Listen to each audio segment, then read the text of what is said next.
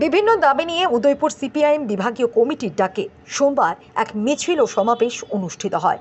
নিত্য প্রয়োজনীয় জিনিসের আকাশছোঁয়া মূল্যবৃদ্ধি, টুয়েপুর রেগার কাজের অভাব, রেকর্ড সৃষ্টিকারী বেকারি, বিদ্যুৎ বেসরকারীকরণ, ভয়াবহ নেশা ইত্যাদির বিরুদ্ধে রাজ্যের জনগণকে এগিয়ে আসার আহ্বান জানিয়ে এই মিছিল অনুষ্ঠিত হয়।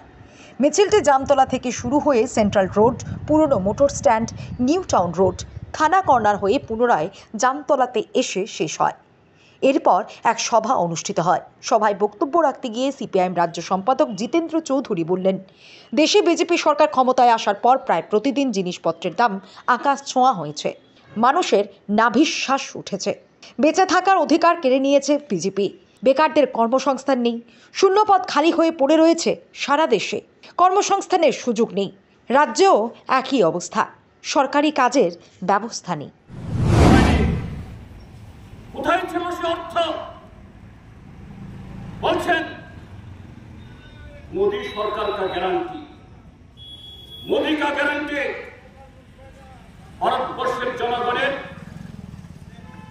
পরিশ্রম তোলা অর্থ সম্পদ এটাকে ব্যবহার করে প্রতিটি রেলের পিঠে, প্রতিটি রেল স্টেশনে, প্রতিটি বিমানবন্দরে, প্রতিটি ওই পেট্রোলিয়াম ইয়েতে যেখানে পেট্রোল ডিজেল বিক্রি হয় সেখানে সর্বত্র মোদির মুখ।